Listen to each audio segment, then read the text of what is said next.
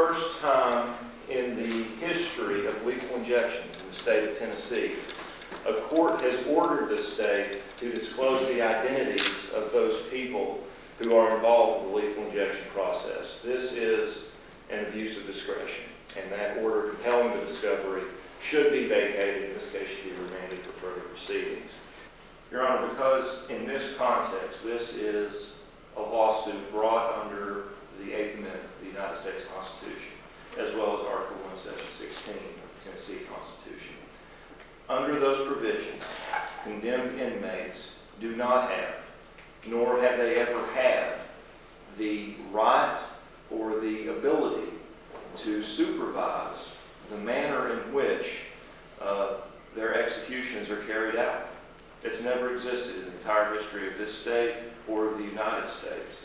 And in light of that, the trial court's balancing test reached an illogical conclusion, and it created an injustice to the state of Tennessee that, if it persists, will prevent the state from executing its duly passed laws. Thank you.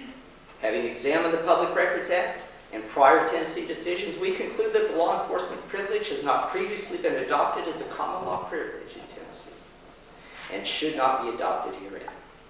As a result, the law enforcement privilege is not a state law exception to public records affairs. Defendants claim, and it was not really addressed during the plaintiff's initial argument, that somehow their identities, again, that's what we're talking about, their identities are not discoverable under Rule 2602 because they are not relevant to this action.